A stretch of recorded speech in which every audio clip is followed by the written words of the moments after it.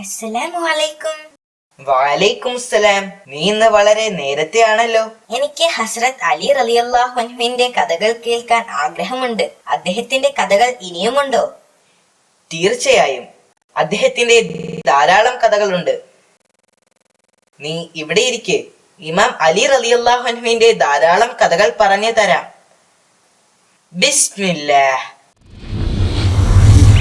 The story of Hazrat Imam Ali bin Abu Talib റളിയല്ലാഹു അൻഹു. അദ്ദേഹം ഒരു ഖലീഫ ആയിരുന്നിട്ട് പോലും അങ്ങാടികളിലും പൊതുസ്ഥലങ്ങളിലുമെല്ലാം അദ്ദേഹം ഒറ്റയ്ക്ക് പോയിരുന്നു. ജോലിക്കാരോ മറ്റു സഹചാരികളോ ഒന്നുമില്ലാതെ തന്നെ അദ്ദേഹം ഒറ്റയ്ക്ക് പോകാറുണ്ട്. അദ്ദേഹം എപ്പോഴും പാവപ്പെട്ടവരെയും ദരിദ്രരെയും അനാഥരെയും കുട്ടികളെയും പരിഗണിക്കുകയും കഴിയുന്നത്ര സഹായങ്ങൾ അവർക്ക് നൽകുകയും ചെയ്തിരുന്നു. ഒരു ദിവസം അദ്ദേഹം പതിവ് പോലെ പള്ളിയിൽ നിന്നും നിസ്കാരം കഴിഞ്ഞതിനു ശേഷം ചന്തയിലേക്ക് പോയി. പെട്ടെന്നാണ് ഒരു മൂലയിലിരുന്ന് കരയുന്ന ഒരു പെൺകുട്ടിയെ അദ്ദേഹം കണ്ടത്. അദ്ദേഹം അവളുടെ അടുത്ത് ചെന്ന് എന്തിനാണ് കരയുന്നത് എന്ന് ചോദിച്ചു. തൊട്ടടുത്തുള്ള ഒരു വീട്ടിലെ ജോലിക്കാരിയാണെന്ന് അവൾ അദ്ദേഹത്തോട് പറഞ്ഞു. അവളുടെ യജമാനൻ കുറച്ച് പണം കൊടുത്ത് ഈന്തപ്പഴം വാങ്ങിക്കൊണ്ടുവരാൻ അവളോട് ആവശ്യപ്പെട്ടു. അവൾ എതിർവശത്തുള്ള കടയിൽ നിന്നും ഈന്തപ്പഴം വാങ്ങി യജമാനന് കൊണ്ടുപോയി കൊടുത്തു. എന്നാൽ യജമാനന് ആ ഈന്തപ്പഴം ഇഷ്ടമായില്ല. അത് തിരിച്ചു കൊണ്ടുപോയി ആ കടക്കാരന് നൽകുവാൻ അയാൾ ആവശ്യപ്പെട്ടു. പക്ഷേ ആ കടക്കാരൻ അത് തിരിച്ചെടുത്തില്ല. അതുകൊണ്ടാണ് അവൾ കരഞ്ഞത്. അവളുടെ യജമാനൻ അവളെ അടിക്കുമെന്ന് അവൾ ഭയപ്പെട്ടിരുന്നു. അലി റളിയല്ലാഹു അൻഹു അവളെ ആശ്വസിപ്പിച്ചു. അവളെയും കൊണ്ട് ഈന്തപ്പഴം വാങ്ങിയ കടയിലേക്ക് പോയി. എന്നിട്ട് അദ്ദേഹം ആ കടക്കാരനോട് പറഞ്ഞു, ഇവൾ ഒരു വീട്ടിലെ ജോലിക്കാരിയാണ്. ഇവൾക്ക് സ്വന്തക്കാരായി ആരുമില്ല. ഇവൾ വാങ്ങിയ ഈന്തപ്പഴം തിരിച്ചെടുത്ത് അവളുടെ പണം അവളെ ഏൽപ്പിക്കണം. ആ കടയുടമ കൂഫയിൽ പുതിയതായി വന്നതായിരുന്നു. അയാൾക്ക് തന്റെ മുന്നിൽ നിൽക്കുന്ന ആളെ തിരിച്ചറിയാൻ കഴിഞ്ഞിരുന്നില്ല. അയാൾ പരുഷമായി അദ്ദേഹത്തോട് പറഞ്ഞു, എന്നോട് കൽപ്പിക്കാൻ നീ ആരാണ്? ഞാൻ വിറ്റ സാധനങ്ങൾ തിരിച്ചെടുക്കുന്നതല്ല. എന്റെ സമയം പാഴാക്കാതെ ദൂരെ പോ. ഇത് കേട്ട ഒരു വഴിയാത്രക്കാരൻ കടയുടമയുടെ അടുത്തേക്ക് ഓടി വന്ന് ചെവിയിൽ എന്തോ പറഞ്ഞു. താൻ അപമര്യാദയായി പെരുമാറിയത് കൂഫയിലെ ഖലീഫയോടാണെന്നറിഞ്ഞപ്പോൾ അയാളുടെ മുഖം വിളറി. അയാൾ അദ്ദേഹത്തോട് മാപ്പ് പറയുകയും ആ പെൺകുട്ടിയുടെ പണം തിരിച്ചു കൊടുക്കുകയും ചെയ്തു. അദ്ദേഹം അലി റളിയല്ലാഹു അൻഹുവിന്റെ നേരെ തിരിഞ്ഞുകൊണ്ട് പറഞ്ഞു, ഓ അമീറുൽ മുഅ്മിനീൻ, എന്നോട് ക്ഷമിക്കണമേ.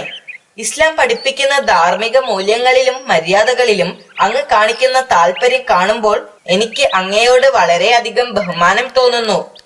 ആ പെൺകുട്ടിയുടെ യജമാനൻ ഈ വാർത്ത അറിഞ്ഞപ്പോൾ അയാൾ അദ്ദേഹത്തിന്റെ അടുത്തേക്ക് ഓടി വന്നു. അയാൾ ആ പെൺകുട്ടിയെ ബുദ്ധിമുട്ടിച്ചതിൽ അദ്ദേഹത്തോട് ക്ഷമ പറഞ്ഞു. എന്നാൽ ഖലീഫ വളരെ രോഷാകുലനായിരുന്നു. ഒരു ചെറിയ പെൺകുട്ടിയുടെ തെറ്റ് നിങ്ങൾക്ക് എന്തുകൊണ്ട് ക്ഷമിക്കാനായില്ല? നിങ്ങൾ മുസ്ലിങ്ങൾ എന്ന് സ്വയം വിളിക്കുന്നു, എന്നാൽ ഇസ്ലാമിൽ നിന്ന് ഒന്നും പഠിച്ചിട്ടില്ല. ആ വ്യാപാരിയും യജമാനനും അവരുടെ തെറ്റുകൾ മനസ്സിലാക്കുകയും ആ ദിവസം മുതൽ നല്ല മുസ്ലിം ആകാൻ പ്രയത്നിക്കുകയും ചെയ്തു.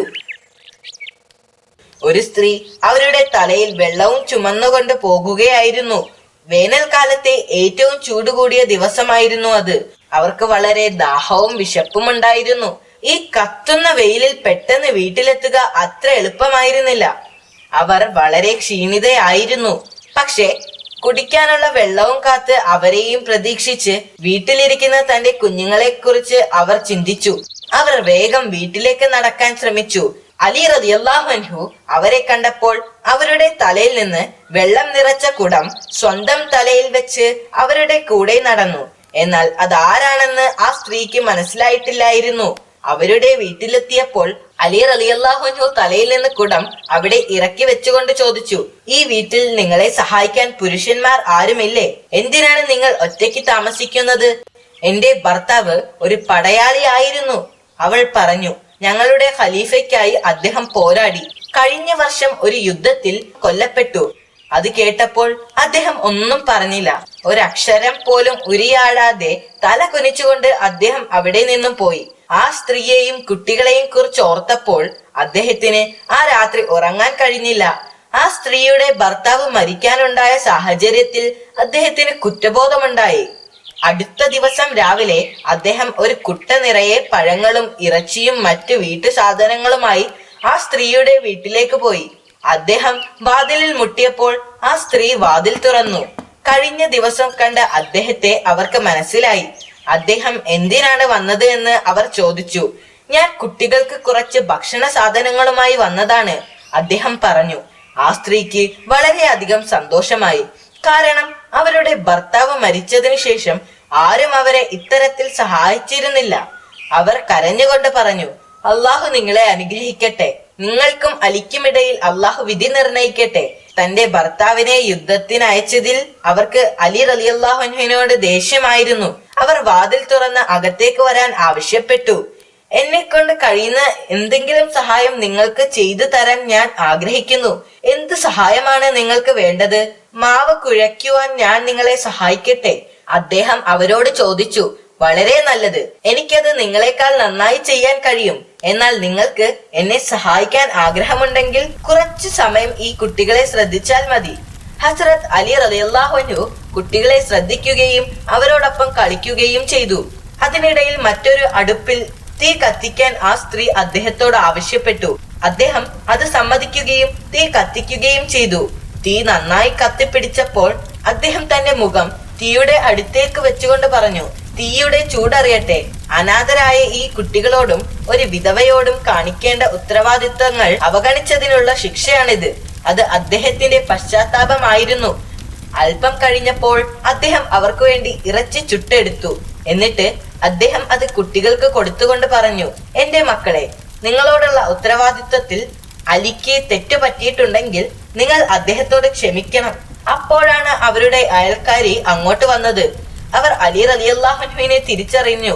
ഖലീഫയാണതെന്ന് മനസ്സിലായപ്പോൾ അയൽക്കാരി ആ സ്ത്രീയോട് ചോദിച്ചു, നിന്നെ സഹായിക്കുന്ന ഈ മനുഷ്യൻ ആരാണെന്ന് നിനക്ക് മനസ്സിലായില്ലേ? ഇദ്ദേഹമാണ് അമീറുൽ മുഅ്മിനീൻ അലി ബിൻ അബൂ ത്വാലിബ് റളിയല്ലാഹു അൻഹു. ഇത് കേട്ടപ്പോൾ ആ വിധവ ഞെട്ടിപ്പോയി. അവർ കരഞ്ഞുകൊണ്ട് പറഞ്ഞു, എന്നോട് ക്ഷമിക്കണം, അങ്ങയോട് ഇങ്ങനെ ചെയ്തതിൽ ഞാൻ ലജ്ജിക്കുന്നു. അദ്ദേഹം മറുപടി പറഞ്ഞു, അരുത്, നിങ്ങളോടുള്ള കടമകളെ അവഗണിച്ച് ഞാൻ നിങ്ങളോടാണ് ക്ഷമ ചോദിക്കേണ്ടത്. അന്നു മുതൽ ആ വിധവയുടെയും അവരുടെ മക്കളുടെയും ഉത്തരവാദിത്തം അദ്ദേഹം ഏറ്റെടുത്തു. അദ്ദേഹം എപ്പോഴും വിധവകളെയും അനാഥരെയും ദരിദ്രരെയും സഹായിക്കുമായിരുന്നു. അവരെ സംരക്ഷിക്കുന്നതിൽ മുസ്ലിം സമുദായം ഒരു പ്രധാന പങ്ക് വഹിക്കണമെന്ന് അദ്ദേഹം വിശ്വസിച്ചിരുന്നു. അത് പ്രവാചകൻ അദ്ദേഹത്തെ പഠിപ്പിച്ചതാണ്. അദ്ദേഹത്തിന്റെ ബാക്കി കഥ ഞാൻ അടുത്ത ദിവസം പറയാം. മഅസ്സലാമ Yusuf uncle. Goodbye. Good bye.